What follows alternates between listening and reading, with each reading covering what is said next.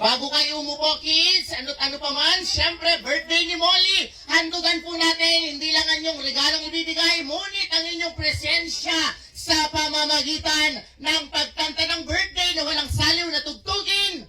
Pakisamahan na rin po ng inyong palakpak. Bata at matanda. 1, 2, 3. Happy birthday, Molly! Everybody! Happy birthday, Molly!